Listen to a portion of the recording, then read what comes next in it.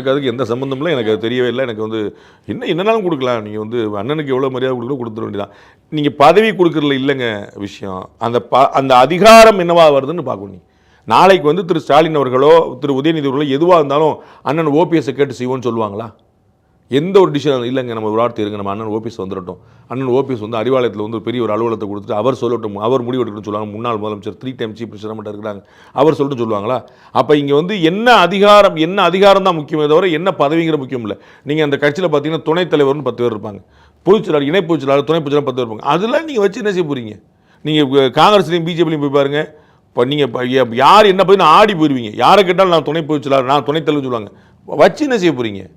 அதிகாரம் உங்களுக்கு இருக்கிறதா? அது கேள்வி. அது திரு ஓபிஎஸ் கிடைக்குமா? எனக்கு டவுட்டாக இருக்குது. இன்னைக்கு இதெல்லாம் பார்க்கும்போது தமிழ்நாட்டினுடைய அரசியல் அப்படிங்கிறது லாயல்ட்டிங்கிறத தாண்டி யூட்டிலிட்டி பேஸ்ட் அரசியல், சர்வைவல் பேஸ்ட் அரசியல் எங்கேயுமே நீங்கள் உடனே தமிழ்நாட்டை அதை தனிமைப்படுத்த முடியாது. அது வந்து இந்தியா முழுக்க அப்படி தான் இருக்குது, எல்லாருமே அப்படி தான் இருக்காங்க.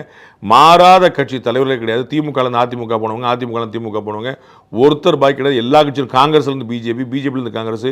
இன்றைக்கி திரு அஜய் பாண்டா அப்படின்னு பிஜேபியில் முக்கியமான தலைவர், அவர் வந்து பிஜேபிக்காரரா என்ன? அவர் வேறு கட்சியிலேருந்து வந்தவர், கேட்டு பாருங்கள். அப்போ இந்த மாதிரி பல கட்சியிலேருந்து திரு நயினார் நாகேந்திரன் மாநில தலைவர் இருக்கிறார், அவர் வந்து ஏடிஎம்கேலேருந்து வந்தவர். அதில் என்ன இருக்குது? திருநாவுக்கரசு எந்த கட்சியில் இருந்தார்? செல்வப்பிறந்தகை அவர்கள் வந்து சத்தியமூர்த்தி பவனுக்கு எதிரான வேலையை பார்த்தவர், அவர் காங்கிரஸ் கட்சியுடைய மாநில தலைவர். ஸோ யார் கட்சி மாறல நீங்கள் நினைக்கிறீங்க? எல்லா கட்சியிலேருந்து எல்லா கட்சியும் மாறிட்டே இருப்பாங்க.